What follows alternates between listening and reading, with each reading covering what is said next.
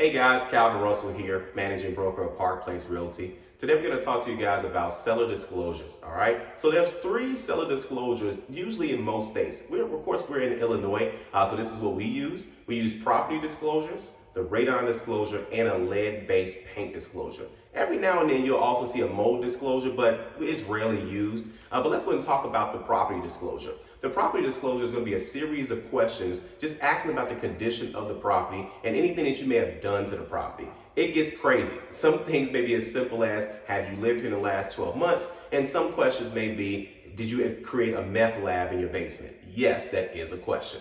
Right? So just make sure that you're putting the honest truth on there, because these disclosures can either have you in a lawsuit or keep you from being in a lawsuit.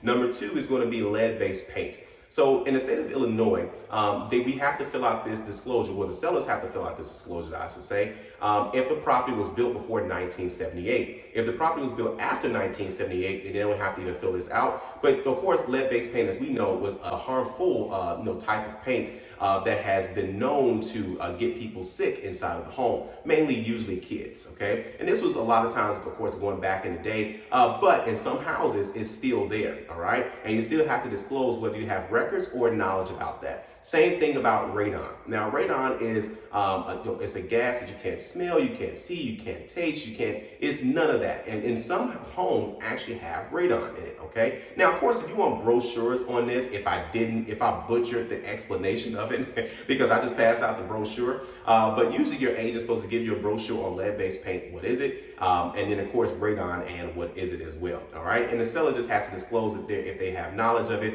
or if they have records of it as well, okay? And as I mentioned, the mold disclosure, if you know about it, it's best to disclose it. If you don't know about it, of course, that's up to you and your agent and your state if it's required. Okay, so of course, if you like this video, like it. If you want to share it, and of course, be sure to subscribe, as we got nothing but great content on the way. Thank you so much, and see you on the next video.